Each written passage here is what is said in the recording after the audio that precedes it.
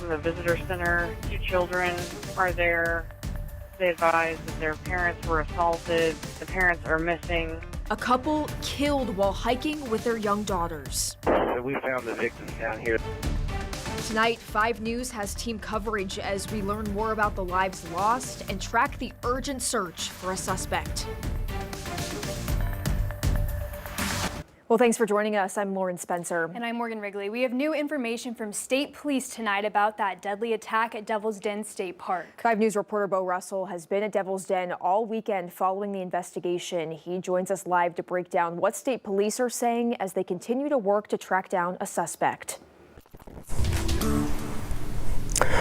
Hey Lauren, hey Morgan. Yeah, well, we're learning today that 2 victims have been identified as Clinton and Kristen Brink.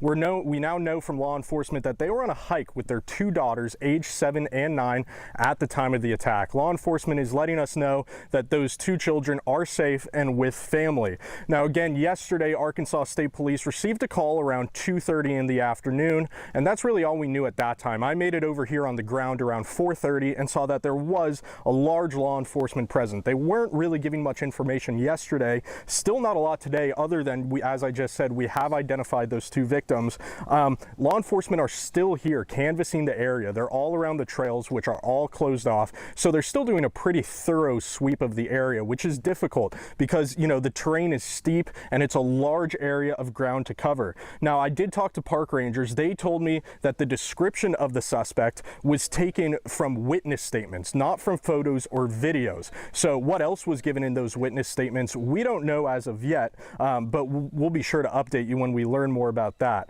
Park rangers also told me that they spoke with campers who are staying in the area still to kind of get them up to date and explain what's going on, giving them the chance to leave if that's what they want to do. However, the park visitors and campers we spoke with today didn't seem too fazed.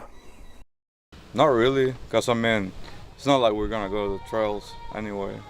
We wanted to swim in here, but they told us you cannot swim there, so we just like taking a look at everything. That's it. They said that they're still under investigation and they might open the park tomorrow or something. But he said like a double murder happened. Now, Arkansas State Police is asking anybody who was here on Saturday and may have been taking pictures or videos, maybe had a GoPro that was running, or even a dash cam, if they could go through their footage and see if anything out of the ordinary sticks out. If you do happen to see anything, Arkansas State Police Troop L is asking you to send it their way. In Devil's Den, live in Devil's Den, covering news where you live, I'm Bo Russell, 5 News. Thank you, Bo. Arkansas State Police have officially identified the victims who lost their lives in the attack as 43-year-old Clinton David Brink and 41-year-old Kristen Amanda Brink. They're husband and wife and had recently moved to Northwest Arkansas from out of state with their 2 young daughters. The girls, ages 7 and 9, are both safe with family now and were not hurt in the attack. Here's another look at the information we know about the suspect. State police updated their description of him today. They believe he was wearing a long-sleeve shirt with the sleeves rolled up instead of a tank top as initially reported. He's described as a white man with a medium build, wearing dark pants, a dark ball cap, sunglasses, and fingerless gloves. Investigators also say he was driving towards the park exit in a black 4-door sedan, possibly a Mazda, with a license plate covered in electrical or duct tape.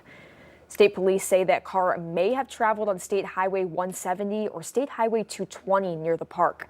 To add some context, State Highway 170 runs north out of Devil's Den and connects to I-49 in West Fork.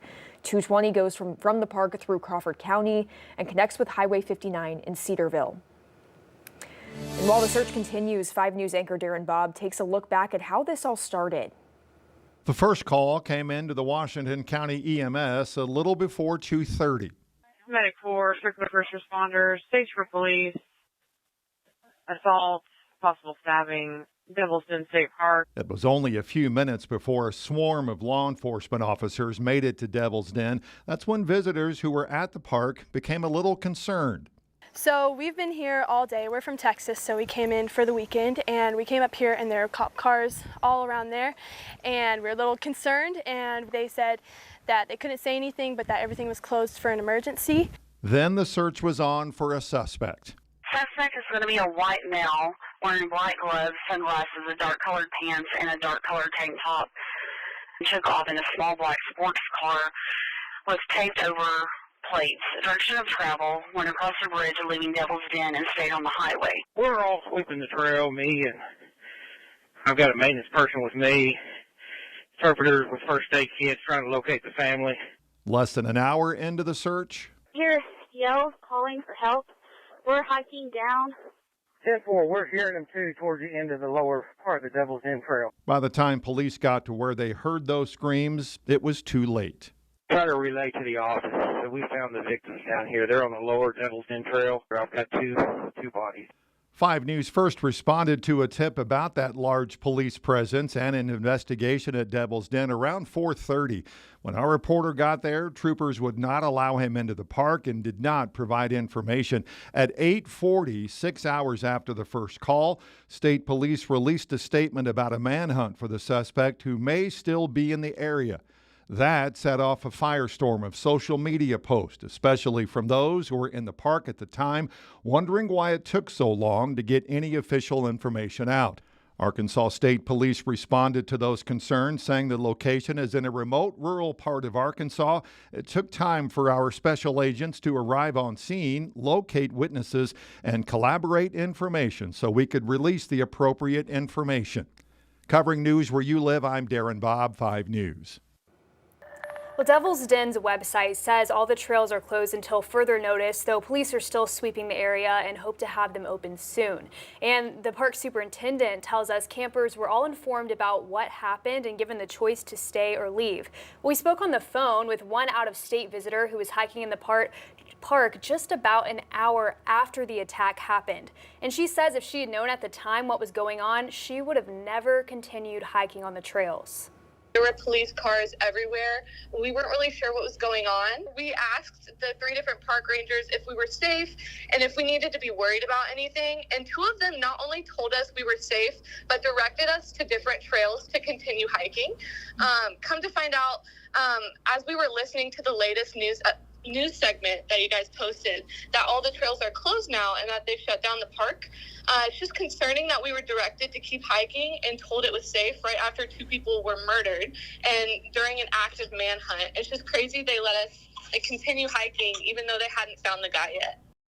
The secretary who oversees the state park system released this statement this afternoon reacting to the tragedy, saying the safety of the park's visitors and staff are their top priority right now, and they're working closely with state police and other law enforcement agencies in investigating the deadly attack.